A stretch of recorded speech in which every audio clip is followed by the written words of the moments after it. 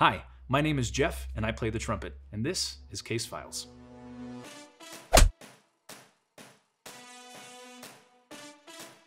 Today, I want to show you everything that's in my case, the instrument and how it makes it sound, and all my fun little toys and gizmos that help me be a musician.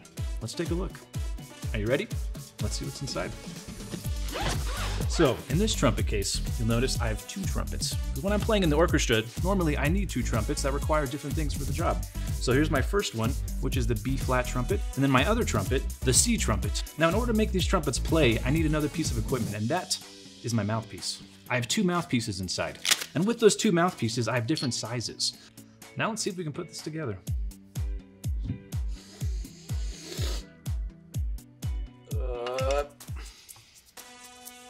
And we're done. Now that we have the horns put together, let's talk about how to produce a sound on the trumpet. Now the trumpet, being a brass instrument, requires a buzz of the lips in order to produce a sound. So before I even pick up the trumpet and blow in it, I want to show you how I do that. Now first, I take a breath in with my stomach. Now with that breath, I'm using that air to help my lips buzz and vibrate against each other in order to make that sound production. And now, when I put that into the mouthpiece, you'll hear what it sounds like. Now, in order to change the pitch on this, I have to speed up and slow down my air. And the way I do that is with the shape of my tongue. And you'll notice, I'm going to show you what my tongue's doing while I do this in my mouthpiece. So my tongue is arching and curling like this, so my air can go faster and faster. Now, if I go the opposite direction, you'll notice my tongue is getting flatter, so my air goes slower and I can play a lower note with that. Now, let's put that into the trumpet. Now, the same thing applies. First, I'll just show you what a standard tone sounds like on the trumpet. So that's just a normal air speed. Now let me try doing a little faster air to show you what that sounds like. Now, a little slower air. Now to play dynamics on the trumpet, I have to use a larger amount of air or a smaller amount of air. So let me show you.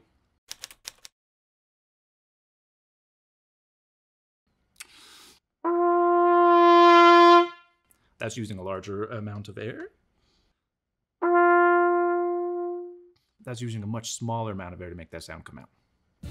Now let me show you what I keep in my case. Well, the first thing, one of the most important things that every trumpet player must have in their case is valve oil. Every time I play the trumpet, spit and any other kind of food particles or anything else in my mouth goes into the trumpet. So it's important after I finish playing to wash my valves out with just a little bit of valve oil. Now the next thing I want to show you that's in my case is this cloth. The reason I keep this cloth with me when I play the trumpet is because sometimes that valve oil down there likes to come out the bottom of the trumpet. And the next thing, let's see what I pulled out, a pencil. Every musician, especially professional musicians, should have a pencil in their case because sometimes when I'm in rehearsals, the conductor of the orchestra will give us notes and I have to make sure I take those notes down, otherwise I might get yelled at and we don't want that. So pencil, very important. And then I have some chapstick. Being a trumpet player, it's very important that my lips are always in a pristine condition to help me play the trumpet. So the other thing that's important for me to have in my trumpet case is something to clean my teeth. And so in this case, I have some floss. Sometimes it's a toothbrush. Right now it's floss. Last but not least, snacks. Every musician should have some snacks in their case because no one likes a hangry musician, especially a trumpet player. We play loud enough as it is, and without some snacks, I play really loud, and then everybody gets really mad, and it's not a good scene. So, snacks, very important. Keep that blood sugar high. Now, you may have noticed with my case, there's not a lot of extra room for things, right? No secret compartments or hidden places to stuff things, because I'm already, packing two trumpets in there and a lot of snacks. So there's this little case that's been hiding behind my trumpet case. And then here I have what we call mutes. And it's my little fun bag of toys that helps me play the trumpet in different musical situations. Let me just kind of show you what they are. This first one is called a cup mute. Now this mute is called a silent mute, a practice mute. And then next we got the straight mute. This is one of my most commonly used mutes, especially in the orchestra. Two more mutes to show you. I got this big one right here called a bucket mute, which kind of just looks like a bucket, right? Not much more to say about that one. And then one of my absolute favorite mutes, this is called a Harmon mute. And I've used this a lot in the orchestra as well, and also in other genres of music, especially like jazz and things like that. A lot of fun to play with, and let me show you what this and one other mute sounds like. I'll first start with my favorite one for you guys here. picking up my B-flat trumpet. Before I put the mute in, I have to blow a little hot air so it gets stuck in there nicely and doesn't just plop out in the middle of a song, which has happened. It's not fun. But you can hear just how much it really changes the sound.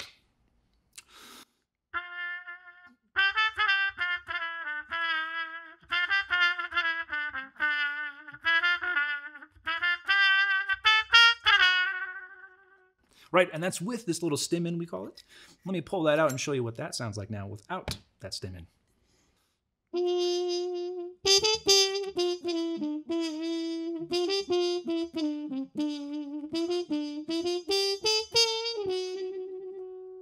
Right, so just a slightly different sound, a little more interesting. It's really great when you play that on a microphone. It picks up a lot of little crackles and nice noises. I appreciate you guys sharing your time with me today and hope you enjoyed seeing what was inside my case. Thanks for watching the Case Files with the Reno Phil.